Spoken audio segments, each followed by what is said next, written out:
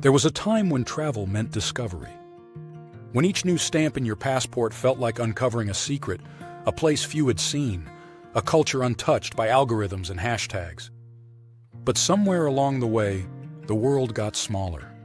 The same beaches, the same mountains, the same cafes, all showing up in the same filtered posts. What was once adventure became repetition. But not everywhere. There are still places the world hasn't noticed yet. Places where the Wi-Fi's weak, but the connection feels stronger. Where time moves slower and tourism hasn't rewritten the story yet. Today, we're going to those places. The forgotten travel gems, the countries flying quietly under the radar. For now. Before the tour buses arrive, before the resorts move in, before everyone finds them. If you're new here, welcome to Hack the Globe. We don't just chase cheap flights, we chase meaning. So if you're ready to travel deeper, hit subscribe. Now let's start our journey. The first stop takes us to Albania, Europe's last true secret. Tucked between Greece and Montenegro, Albania has everything travelers fly across the continent for. Turquoise beaches, Ottoman towns, rugged mountains, but without the crowds or the price tags. For decades, it was isolated by dictatorship. While the rest of Europe was busy opening borders, Albania closed its doors to the world. And that isolation accidentally preserved something rare: authenticity.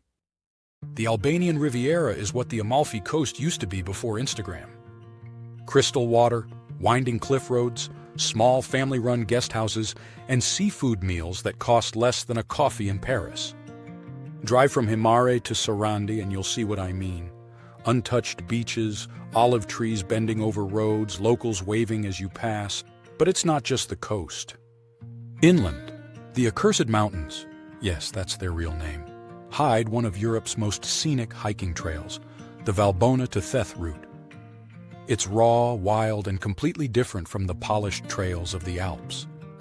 Hike it now while it's still just a line on a map, not a line of tourists. Next, we move east, to a country often overlooked because of its neighbors, Georgia. Not the U.S. state, the country sitting quietly between Europe and Asia. Georgia is where ancient monasteries cling to cliffs, where mountains meet wine country, and where hospitality is not an act, it's a way of life. Every traveler who visits says the same thing. Why didn't I come here sooner? Tbilisi, the capital, feels like a mix of old Istanbul and Berlin crumbling facades next to hip cafes, sulfur baths beside techno bars. And then you drive a few hours north and you're in Stepantsminda watching Mount Kazbek pierce the clouds. Georgia's secret weapon? It's freedom. Citizens of over 90 countries can enter visa-free for up to a year. It's a digital nomad's dream. Affordable, safe, breathtaking, and still untamed.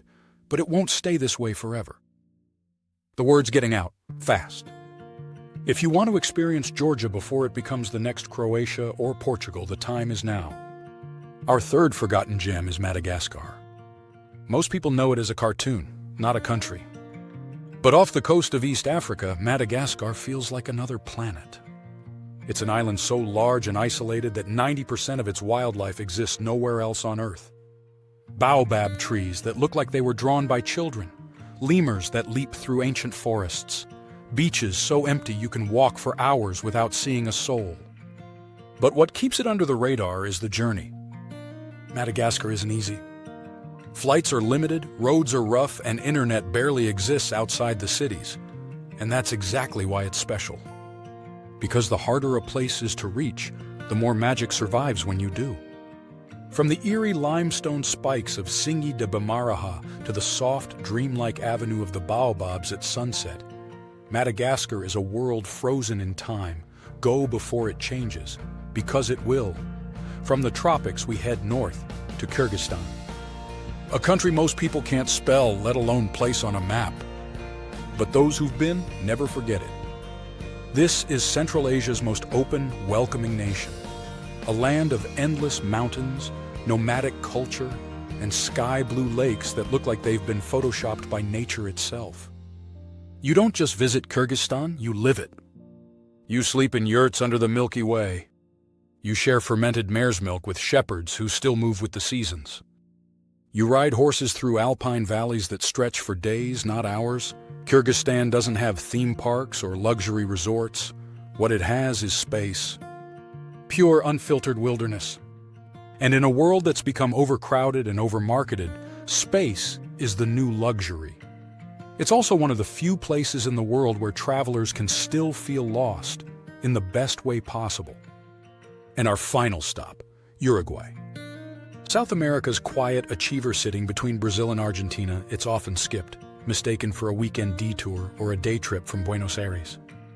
But Uruguay is what those other destinations used to be. Relaxed, safe, elegant, and deeply human.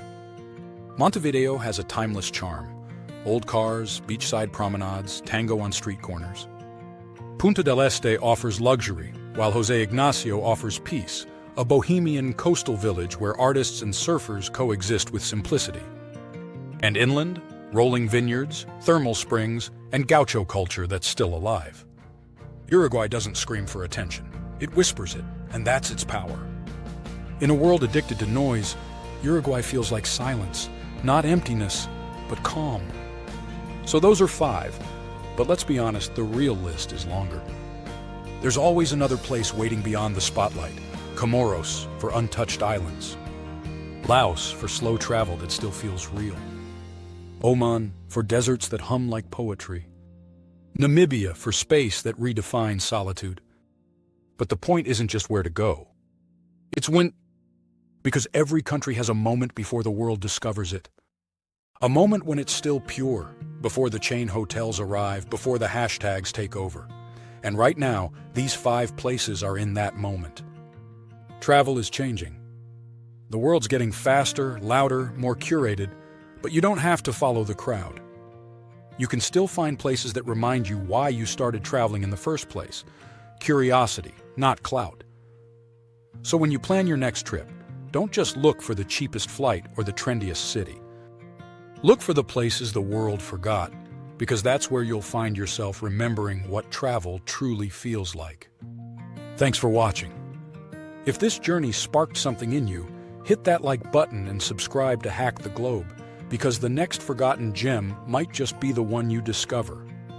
Until then, travel far, travel slow, and travel curious.